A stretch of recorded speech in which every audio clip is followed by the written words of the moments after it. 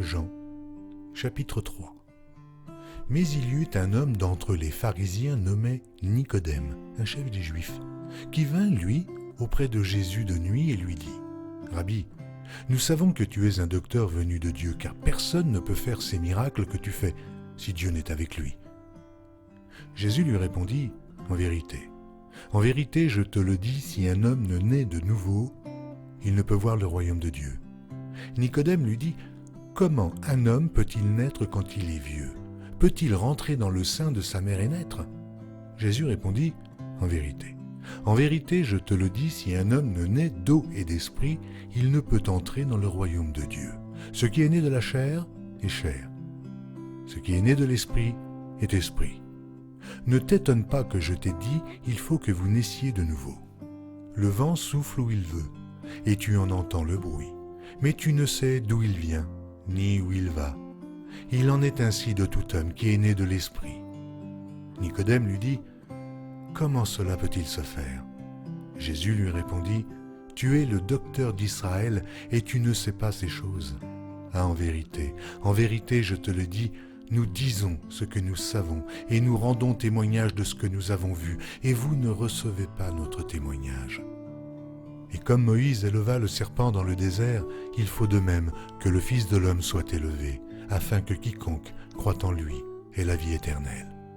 Car Dieu a tant aimé le monde qu'il a donné son Fils unique, afin que quiconque croit en lui ne périsse point, mais qu'il ait la vie éternelle. Dieu, en effet, n'a pas envoyé son Fils dans le monde pour qu'il juge le monde, mais pour que le monde soit sauvé par lui. Celui qui croit en lui n'est point jugé, mais celui qui ne croit pas est déjà jugé, parce qu'il n'a pas cru au nom du Fils unique de Dieu. Et ce jugement, c'est que, la lumière étant venue dans le monde, les hommes ont préféré les ténèbres à la lumière, parce que leurs œuvres étaient mauvaises. Car quiconque fait le mal est la lumière, et ne vient point à la lumière, de peur que ses œuvres ne soient dévoilées. Mais celui qui agit selon la vérité vient à la lumière, afin que ses œuvres soient manifestées, parce qu'elles sont faites en Dieu. » Après cela, Jésus, accompagné de ses disciples, se rendit dans la terre de Judée, et là, il demeurait avec eux, et il baptisait. Jean aussi baptisait à Hénon, près de Salim, parce qu'il y avait là beaucoup d'eau, et on y venait pour être baptisé, car Jean n'avait pas encore été mis en prison. Or, il s'éleva de la part des disciples de Jean une dispute avec un juif touchant la purification. Ils vinrent trouver Jean et lui dirent : « Rabbi, celui qui était avec toi au-delà du Jourdain, et à qui tu as rendu témoignage, voici, il baptise et tous vont à lui. » Jean répondit : « Un homme ne peut recevoir que ce qui lui a été donné du ciel. Vous-même m'êtes témoin que j'ai dit : je ne suis pas le Christ, mais j'ai été envoyé devant lui. Celui à qui appartient l'épouse, c'est l'époux. Mais l'ami de l'époux qui se tient là et qui l'entend éprouve une grande joie à cause de la voix de l'époux. Aussi, cette joie qui est la mienne est parfaite. Il faut qu'il croisse et que je diminue.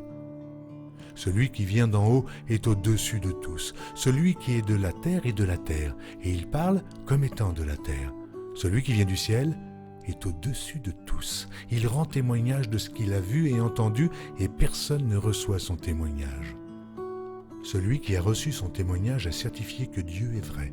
Car celui que Dieu a envoyé dit les paroles de Dieu, parce que Dieu ne lui donne pas l'esprit avec mesure. Le Père aime le Fils, et il a remis toutes choses entre ses mains.